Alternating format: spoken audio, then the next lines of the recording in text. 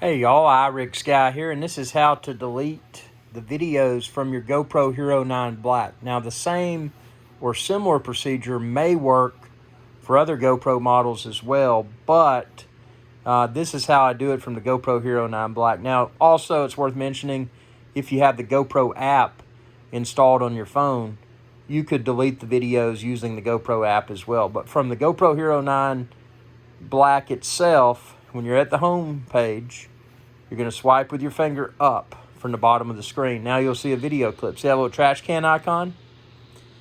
That trash can icon, if I click that, I can delete this video. It says, "Are you sure you want to delete?" That's really bright.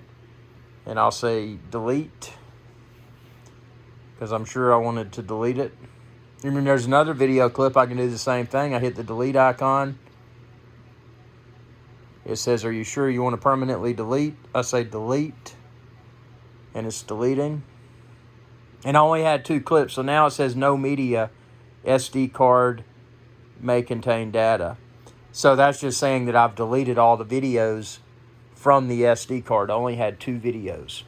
So in older model GoPros, there was often a way to format, in other words, erase everything from the card in one fell swoop.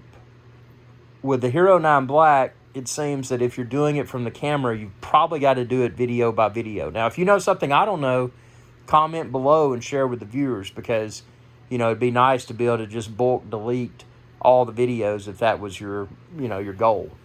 But again, you can, through the GoPro app, you can format the micro SD card in the GoPro HERO9 Black, and that obviously deletes everything from the micro SD card. But I hope this video helped.